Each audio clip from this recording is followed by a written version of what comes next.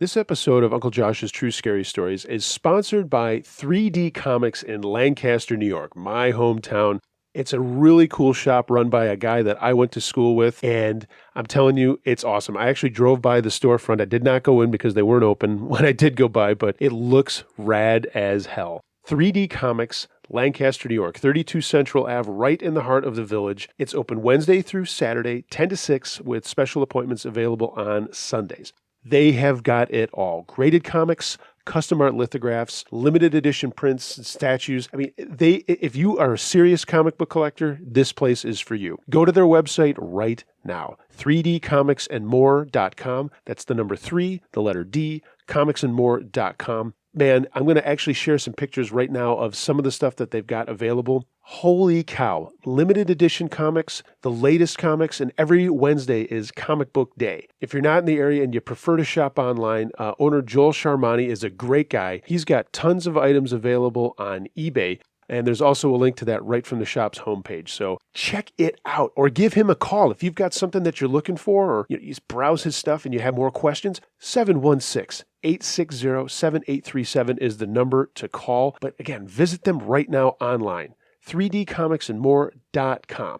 If you're in the area, stop on in, man. They're open again Wednesdays through Saturdays, 10 to 6. 716-860-7837. One of the other cool things that they specialize in is custom art Funko Pops. They take regular Funko Pops and then have a team of artists put original art on the boxes. Here's a couple of examples of that right now. Each one comes with a certificate of authenticity. I'm telling you, this place is rad. You got to get down there. 32 Central Ave in the heart of historic Lancaster, New York, 3dcomicsandmore.com. Guys, if you have a chance to check them out, go and do it. And again, you're supporting a locally owned, locally run business no matter where you buy stuff, in-store or online. 3dcomicsandmore.com. The number 3, the letter D, comicsandmore.com. If you pop in or if you're doing business online, be sure to tell them Uncle Josh sent you.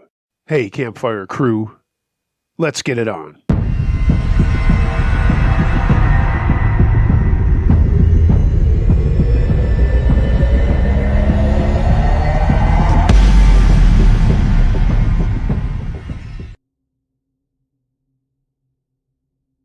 Crazy-Eyed Wannabe Embalmer by the corner of Gray Street. So, I'm a 33-year-old female, and I live at a funeral home owned and run by my dad. I live in the apartment upstairs and do some side work for my dad, but I don't work for the funeral home. Since I live here, though, I tend to interact with a lot of the people who are here for funeral-related things and whatnot. I represent my dad when I'm speaking to someone here, so I'm always nice and helpful. But I've had a couple of crazy people I've dealt with. But nothing like this. This was in mid-March sometime because it was right at the beginning of the whole COVID takeover. I'd gone to pick up some food for my family around 6 p.m. Unless there's a service, the employees are usually gone, and I believe it was a Saturday as well. So I pulled into my parking lot, and as I parked, a car drives up to me going towards the entrance side. It was a dark SUV, and there are so many people who work here who have similar cars, I couldn't see from that far away who it was, but I gave a quick wave thinking it was someone I knew. Bad idea. So the car stops and the guy gets out. Like I said, I'm used to having to help people and tell them where they can drop things off or pick stuff up. But this guy gets out and comes towards my car. I rolled my window down a little, expecting to just say hello and tell him that no one was there. He came right over to my window and started leaning in and peering into my car, which was a red flag already. I mean, it was very invasive. I'm glad my doors were locked, and I only put the window down just a little. But this dude basically had his head in my car, and it creeped me out. But before anything else, his eyes scared the crap out of me. He was very, very pale, with bright red hair, and his eyes were literally the craziest and scariest eyes I'd ever seen. It was chilling. I don't know if he was on drugs or just crazy. I'm already uncomfortable at this point, and he started talking to me and asked if I worked here, blah, blah, blah. I told him no one was working, please call tomorrow in the morning and you can speak to someone. I thought that would be it. Not even close. This man came to bring an application to my father to work for the funeral home. He was apparently in IT or something, but had studied embalming and also volunteered for the Red Cross. He was talking a mile a minute, and I was so incredibly uncomfortable, but even more so when he started to tell me about how certain embalming techniques he studied, including hanging cadavers by their feet and other insane, sick stuff. He had absolutely no experience in embalming. He cornered me in my car for 15 minutes and just rambled, and I told him several times, please, just call tomorrow morning. I really can't help you. So I'm sitting here in my car with this insane man outside of it, and I also had food on my seat. He was looking into my car, so he saw it. You would think he would take the hint. At some point, I texted my husband and said, come outside now, and thank God he actually saw my text and came out. He walked up to this guy and was like, can I help you? So the guy started cornering my husband also. I mean, he had absolutely no idea what personal space was, and my husband kept backing up, and he would move in closer every time. I took an opportunity to grab the food and get out since he was outside. When I got out, he started telling my husband and I, this virus is going around and there are going to be bodies piling up. They're going to need extra help here when there are hundreds of bodies dead. I mean, it almost seemed like he was excited at the thought. He had a resume, and I told him multiple times, please bring it by again. I mean, I didn't even want to touch anything he had, but he forced it into my husband's hands. I went to the stairs and gave my husband a concerned look and motioned for him to come in. I mean, this guy made me so extremely nervous, and I didn't want my husband out there any longer. But this guy was almost impossible to walk away from. I mean, he did not understand that it was done. Eventually, we got away from this freak and went inside. Immediately, I called my dad to explain what happened and warn him of this guy. I told him I had never felt more uncomfortable in my life, and there was something seriously wrong with this dude. I wanted to warn him that he would probably be back the next day, and oh, he came back. A couple of days later, mid-morning, I was upstairs in my apartment. There are several employees in the office upstairs. I heard someone ring the doorbell once, twice, 3 times. Then he proceeded to ring it nonstop for 15 minutes. They all assumed it was him and didn't answer. I went out and was like, what the fuck is with the doorbell? They knew it was him apparently because he had called earlier and wanted to talk to my dad, and one of the employees told him that we weren't hiring. But he still insisted on talking to my dad, so he came by. Then after the doorbell went off for several minutes, the phone started ringing off the hook. Next, he was going around to all the windows and pounding on them relentlessly. I had told them how crazy he was, but I was glad that they could now see what I meant and that I wasn't overreacting. Eventually, my brother went down, with a mask on. Like I said, this was right in the beginning of the COVID thing. People weren't even really wearing masks regularly, but this guy had no boundaries. He then cornered my brother the same way and would not let him leave to end the conversation. We're all just thinking, WTF is wrong with this guy? My dad did not want to talk to him, but he wouldn't give up. The next day, he came back again. Same thing, banging on the windows and ringing the bell, calling incessantly. Eventually, my dad's secretary answered the phone and put him in his place, and told him if he called again, they would call the cops.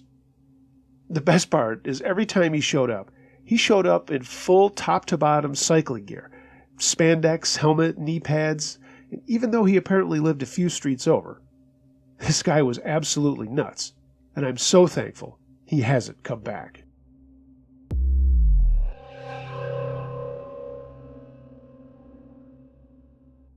The Ore Walls, submitted by Foo Fighter fan Dan. Back in 2018, my friends and I decided to go check out this place in South Chicago called Steelworkers Park one night after it was officially closed. We heard it was pretty cool and kind of spooky, and we knew we weren't supposed to be out there, but hey, why not? It's not a bad park, and it's got these sick-ass ore walls left over from the South Steelworks. There are cool places to climb and some labyrinth-like places to walk. I don't want to offend anyone, but South Chicago, South Shore, and Calumet Heights are not exactly the nicest of neighborhoods. The night we went out, we each had a Four Loko on the way and brought some more with us in my backpack.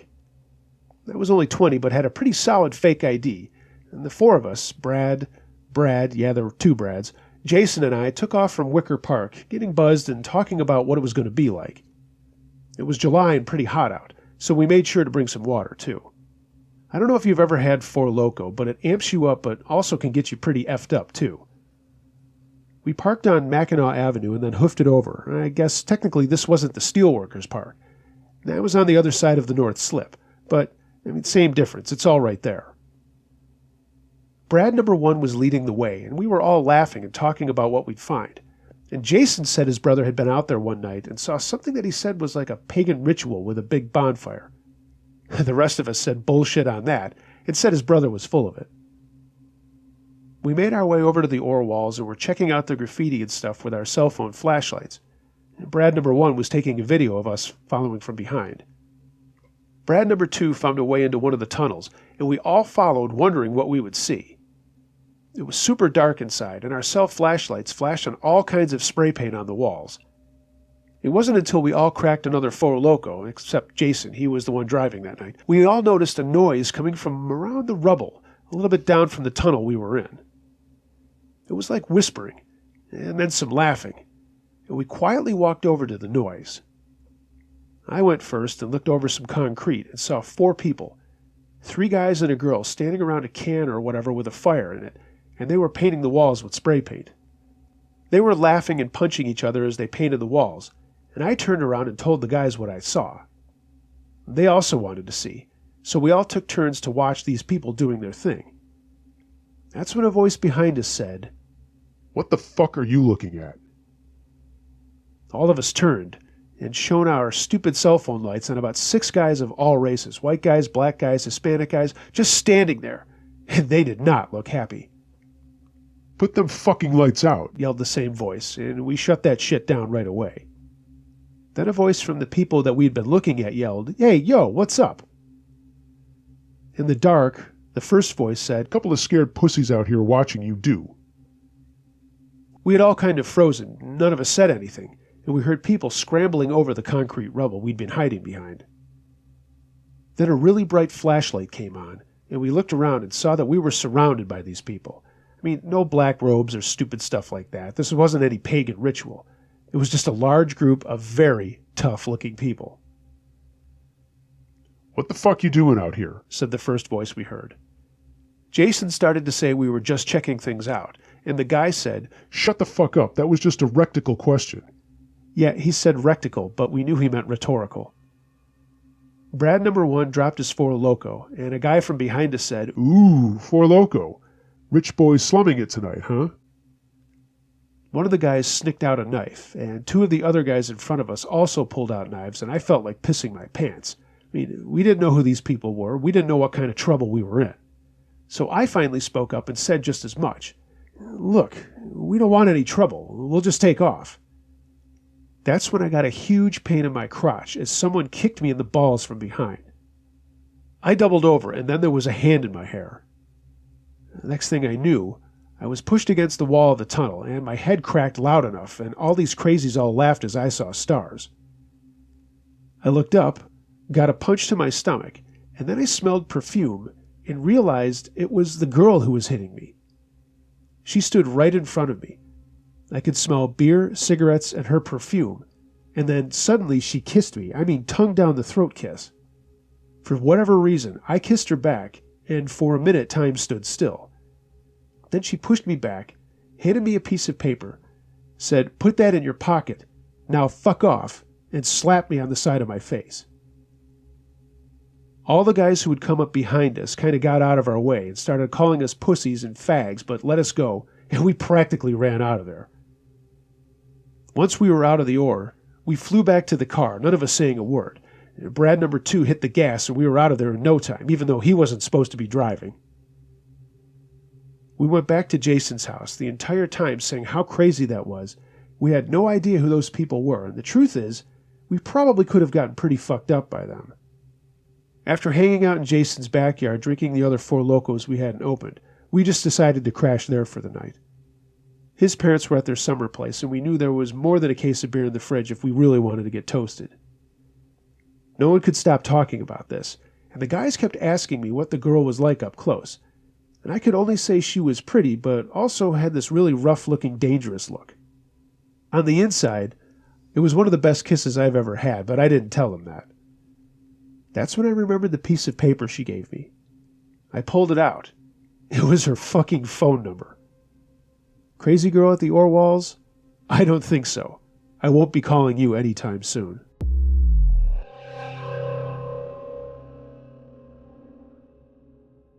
Dark Hooded Men by Autumn Phenomenon. This event happened in January of 2013. I was 17 years old and lived in Portland, Oregon. And throughout my high school, I was always very active in cycling. I would often find myself cycling early in the morning and late at night, either coming back from school or from a friend's house. I didn't have a driver's license yet, so cycling was the only viable option for me if the weather permitted so. I lived in a safe area of the city, and I had good lighting, so I was never afraid of cycling in the dark. However, one night during my senior year of high school, this would all change. The distance from my school to my house was around 6 kilometers, sticking to the main roads, but about 4 kilometers taking a shortcut through a nice wooded park. I'd finished a long music rehearsal and was tired. It was already past 10 p.m., and I was again feeling tired, so I decided to take the shortcut home. Although the park can be scary due to the lack of lighting, I have taken that shortcut before at dark. During the summer, there is usually some crowd still there, but this was winter, and the park had a very different feeling being completely dark and no one around. At around 10:20, I took a left turn from the lit road into the park, and already the scenery went from serene to frightening, but I knew I could get through the park in around 10 minutes. Halfway through the park, I happened to run into 2 guys wearing dark-colored hoods. Aside from the fact that they were not wearing reflective clothing, they looked threatening and scary. I couldn't see their faces very well until I was around 20 meters from them, and as I passed them, I heard them quietly talking about something. Suddenly, both of the guys pulled out large knives from their jackets, and my heart immediately sank, but my adrenaline started to kick in. One of the guys started to yell curse words at me, and both charged me wielding their knives. I was preparing for the worst and thinking I could end up dead and dumped somewhere. Unfortunately for me, I was able to see a path that led to a lit street, and I quickly cycled fast out of the park. Normally, my legs would get tired since it was a good 300 meters to the busy road. As I got onto the road, I saw some light traffic and immediately felt much safer. About 15 seconds later, the 2 guys walked out and pretended to not see me. I let out a sigh of relief as they went in the opposite direction that I had gone. I eventually reached home at around 10:40. I ended up not telling my parents about this, as I would get very serious trouble with them for doing that. After a few days, the horrifying thought of almost being murdered in a desolate park started to vanish from my mind. I never went through that park again at night, and I didn't even go through the park for a few months after that. But just a week later, some very horrific news ended up shocking my neighborhood. A very popular junior from my high school was violently stabbed and killed in a brawl. He and his friends were doing some shopping at a store when 3 male teenagers started to cause some trouble and steal some items. When the junior confronted the 3 guys, they started getting violent and a large fight broke out between them. Those guys ended up stabbing the poor boy multiple times and he was rushed to the hospital, but sadly he succumbed to his injuries. He was on the football and basketball teams in my school and was a very kind-hearted person in general. His death devastated the entire community. A few days afterwards, I came to read the news and was met with horror and disgust. 2 of these 3 teenagers were the exact same guys I encountered at the park late that one night. Despite both only being 18 years of age, they looked like they were at least in their late 20s. The 3 teenagers were quickly identified by many of my schoolmates as they had graduated from a different high school a year before, but were very active on social media. The 2 were sentenced to 20 years to life in prison. I don't know what would have happened if I wasn't athletic and wasn't able to outrun those hooded guys. I've been in fights and beaten up before, but I have never been so scared for my life before that traumatic incident.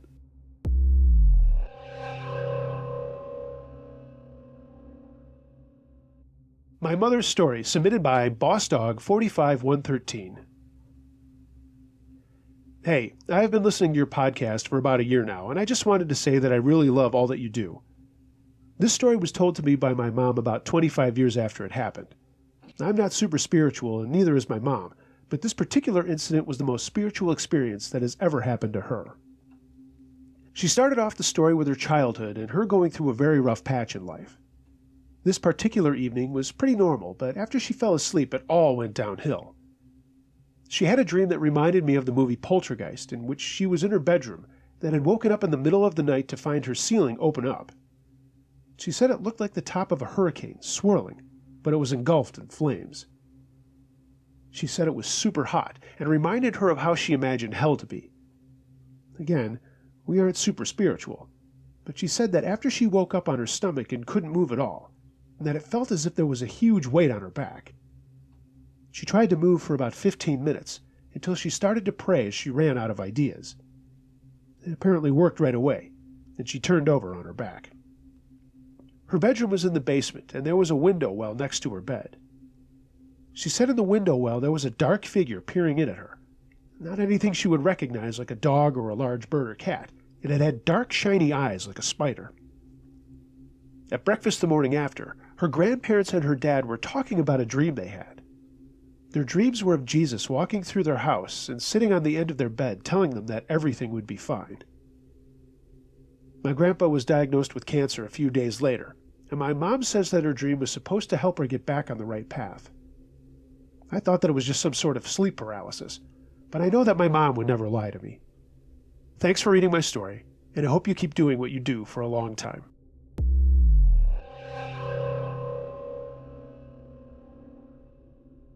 Barbecue Interrupter, submitted by Nolan Ryan is God. Hi, found your channel and thought I'd send in a story about a home invasion on Memorial Day weekend. With all the COVID-19 shit going on, we've been trying to keep things on the down low. Our one neighbor? Not so much. I live outside of Houston, but I'm not going to say where. It's a normal, middle-class suburb, but a lot of people around here think they're real cowboys, and I'm not talking about cattle. A whole lot of shit-talkers for sure. I'm 20, and my university sent us home for online learning. I'm not going to lie, I was mixed about it. I was giving up hanging with my boys and the ladies, but being able to finish up my junior year without the bullshit of sitting in lecture rooms was cool with me. So I was home with my mom and dad, my little sister Jazz, who is 16, and little brother Anthony, who's 19. Like I said, we're doing our best to handle this mask shit. I mean, we do it as my mom is a nurse, and it dispels a lot of the shit we see out there on TV. But I'm not going down that road. My parents, and my dad is a vet, and my mom invited my gramps and Nana over for a barbecue on Memorial Day. It was just going to be us, our family in the backyard, showing reverence and enjoying our company. My gramps is a Vietnam vet and has this tradition of reading a poem a war buddy of his wrote before he died in 1988. I'll shoot it over to you, but please keep it to yourself, Uncle Joss, unless you really feel it makes a difference. My parents have a normal house in a normal neighborhood with a backyard. Their house has a garage with 2 doors, front and back. I think the guy who owned it before was into cars or something, and he would move them from the driveway into the back. My whole family is also into vehicles, and I think that's how my dad convinced my mom to buy the place. Anyway, my gramps and Nana came over a little before 10 a.m., and we were going to have a brunch or whatever, and then have a bigger barbecue in the afternoon. My dad was and is the smoker king, and he takes that stuff seriously. Up at like 5 to get things going and checking on the pork shoulder and ribs all day long. My uncle comes from a city about 50 miles away, and he called my dad and asked what we were doing. My dad said he should come over. I mean, we figured it was just him and his son. My aunt died 3 years ago. It wouldn't be a big deal. It's just family. So Uncle Ricky came over and parked in the driveway next to my gramps' super rad 67 Ambassador convertible, with his just as cool 67 AMX. We were hanging out in the backyard, talking cars, had some music going, again, not too loudly, I assure you. We were playing backyard bocce and having a few drinks, my brother and sister included. We were all having a good time, but respecting space and trying to stay low-key. And then it happened. The dick from the backyard over from ours started yelling out shit. He's an older guy that decidedly does not like Latinos like us. And it wasn't just us, though. He routinely gave everyone in the neighborhood a hard time about everything. Where people parked, how late people were out in their yard, and one time he threw rocks at my dad's bedroom window one night to wake my dad up, screaming at him that our back light was on. This was at 3 a.m.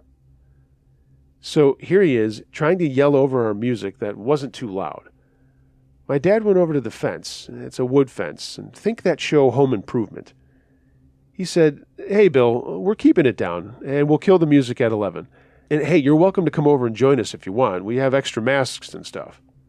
He was just trying to be a nice guy. Bill doesn't say another word. He just turns around and goes back into his house. My dad shrugs, tells me to turn the music down a little, and we just got back to talking and enjoying things. About an hour later, my little brother was coming out of the garage and said, "Papa, the police are here." So my dad goes up to the garage door and invites the two officers in the back, but they declined because of the virus. One asked about our fireworks, and my dad said, "What fireworks?" They went on to say that a neighbor called and said we were blaring music and shooting off fireworks, which obviously was bullshit. My Uncle Ricky came over at this point, and they all had a talk, and my dad mentioned the guy behind us. The officers took one look around, realized that nothing was going on, said everything was cool, and asked us to make sure we got quieter by 11, but to enjoy the rest of the day and evening. Back to the party and normalcy, right? Nope. It got to be around 9, and we were all laughing, and probably louder than we should have been, but still not that bad. My dad got everything calmed down for a minute, and my grandfather read the poem. After that, Jazz wanted to play Loteria, so we were all interspersing jokes and stories, but having a good time and amusing her by playing the game. That's when a rock hit my leg. Not a big rock, nothing like that, but it was enough for me to look around, and I thought maybe it was my uncle or little brother fooling around. Then another one hit the ground next to our table, and it didn't take long for us to figure out that old Billy Boy was throwing shit over the fence at us. It was now getting a little dark, so we could see that he had a couple of those tiki torches burning in his yard, but he wasn't yelling or anything. I got up and went over to the fence and said, "Hey, please stop throwing stuff over here."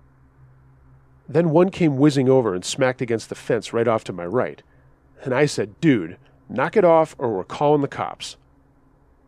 Then I saw a shape move in front of one of the torches, and I saw that this guy had a freaking shotgun or rifle in his hand. I backed up and called my dad and uncle over and told them what I saw, and that's when a boom blasted out, and Bill started yelling shit about us being a whole bunch of names I don't want you to read here. All three of us jumped on our phones and called 911, and everyone headed inside our house. The cops took a good long time to get back to our house, and it was 2 different officers this time. My dad and I stood on our back porch having a smoke and told them what had happened. That's when Bill started yelling out about how we were liars. He was standing at the fence. One of the officers went over to him and told him to calm down. And we kept talking with the other officer when the other one came back and said that it wasn't a gun that he had, it was just fireworks. I said that was bullshit, but my dad told me to calm down, and I was pissed. I yelled something at Bill, and the cops told me to cool it, and I just went inside. So nothing happened to that dick. The officers gave us a warning and told everyone to take it inside. We did, but around 11 there was a smash that came from our kitchen, and my dad jumped up from the dining room table and then yelled, "Son of a bitch!" There was a brick on the floor of the kitchen and smashed glass all over the floor. Then we heard a smash from outside, and guess who's out there, drunk as hell, screaming names at us and how we were assholes for calling the police on him. Apparently they'd gone over after they left our house and gave him a couple of tickets. But the smash we heard outside was Bill pounding on the windshield of the AMX. My dad, uncle, and me rushed him, and my mom called the cops again. He was swinging the bat and going crazy, but we held him down and took in a few good shots too, I'm not going to lie. The police showed up way faster this time and arrested Bill. He had a loaded .38 caliber in his pants and was wasted beyond belief. The lone officer this time took our statements and hauled this dumbass away who was still calling us names as they put him in the car. My uncle took it in stride and said that he knew where to get a vintage windshield to replace it, and we all just decided to call it a night. All I can say is we were all pretty scared when he smashed the window in the car, but when we saw that he had a gun, man, things could have really gotten out of hand. It's been a bunch of weeks now, and we hope that he's learned his lesson because we haven't seen that dickhead in his yard. If he ever possibly hears this, hey, Bill, go fuck yourself.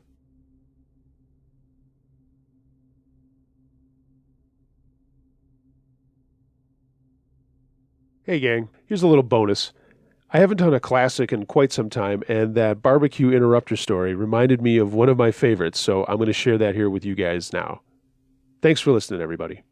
Crazy Neighbor by Determined Little Boy. This is less of a creepy one-person encounter and more a whole community creeped out by one man. The neighbor in question is somewhat famous for his lawn, an impossibly thick green landscape that he had tended by a company. I've vaguely been aware of him losing it on the landscapers, screaming at them outside, and enough I knew he had a temper. The first real red flag that he might be legit crazy came last summer. He asked a teenage boy in the neighborhood to check in on the house once a day and make sure all the doors and windows were secured and water their flowers. The day they left, though, he left a crazy list saying the kid had to be there multiple times a day, turning off and on different sets of lights at specific times, and leaving weird chores for him. Also, the kid was not allowed to walk on the lawn and had to remove his dirty shoes before walking on the concrete sidewalk. He was never to enter the house, but was to turn off and on the lights from the doorway by means of a stick with a loop on it. Also, he was not allowed to use the garden hose to water the lawn and had to use instead a teeny-tiny watering can. The letter implied that my neighbor would have the kid under surveillance and would have pictures if he failed to comply. Basically, the kid's parents called him and said they weren't comfortable with the situation anymore, and while they would keep an eye on the house, the deal was off. They argued over the phone. When my neighbor got back from vacation, it was early morning, and he immediately went to their house, woke them up, and tried to pick a fight with them. One of the other neighbors is a retired cop, and he came out to see what was going on and tried to settle the issue. Crazy neighbor said that he would let it rest if he was allowed to bare-ass spank the kid. He flipped out when they told him hell no. Sometime after this, another neighbor was at the grocery store when he was cornered by the crazy neighbor. The crazy neighbor apparently just talked at him in rapid fire for half an hour. Among the other things he said, he started saying how wives shouldn't have friends, and said that his wife's sister was so fat she broke the toilet seat last time she visited. After this, everyone started talking about how you don't see his wife anywhere. Occasionally she will be out watering flowers, but while her husband is seen out, she isn't. Considering that she used to be a social butterfly, this is weird. During the winter, everyone found pamphlets in their mailbox from the landscaper he uses, along with a note saying it was mandatory to now use this landscaper in our area, and failure to comply will result in being sued. We are private, single-family homes with no homeowners association, so this is patently untrue. Also during the winter, someone saw his wife and her arm was in a sling and she had a black eye. When they went to ask her about it, he wouldn't let her speak to her and said that she had slid on the ice. Since then, there have been a few attempts made to talk to her alone, and all have failed. Some people have gone so far as to get their church involved and to call a welfare check by the cops when he was out of the house. But if she was being abused, she was refusing to help. Snow was bad this year, and the crazy neighbor blew a fit about the snowplows piling snow on his property, so he scattered screws on the roadway outside before they came in the morning. Then someone in the neighborhood got a puppy. It's quiet and has a fenced-in backyard. Its owners woke up in the middle of the night to the doorbell ringing, and when they came out, crazy neighbor was standing on the road at the edge of the property. He told them that the first time the dog gets out, they won't have a dog anymore, and pulls out a gun and waves it around before pointing it towards the backyard and says, "Bang." Obviously, they go back inside and call the cops. When confronted, crazy neighbor claims he was out for a walk, thought they were awake and stopped by. He says he didn't get the gun out, but it had been on his belt, and that he didn't mean his statement as a threat. He got some sort of citation from the police. Come springtime, he is taken to sitting outside and writing something every time someone walks or drives by. We don't know what, but I have taken to driving differently home to avoid going by him. Most recently, someone put up a swing set in their backyard, and they came back from work to find tire tracks through the backyard, and the swing set run over and crushed. No one saw anything, but his massive truck happens to have the same kind of tires as the tread marks left behind. The retired cop is taken to compiling statements from everyone and keeping records, because we think this is going to end badly. Hey gang, thanks for listening to this episode of Uncle Josh's True Scary Stories. I hope you enjoyed it. Much more to come down the pipeline, and if you have a true scary story that you would like to hear narrated here, send it to unclejoshtruescarystories@gmail.com. As you know, I read them all. If you like what you've heard, please like and share this video, and leave a comment below. I try to respond to all of them as fast as I can. Follow me on social media. All the links to that are in the description below. And if you'd like to support the channel even more, consider becoming a patron. My link is also down there in the description. I hope everyone is being safe during this really crazy time with this COVID-19 stuff, and I realize that I've been getting more stories about that, so if you've got one, make sure you send it in. Everybody, be excellent to each other. And until next time, be wary of things that go bump in the night. It could be anything. A ghost, a monster, or the guy next door.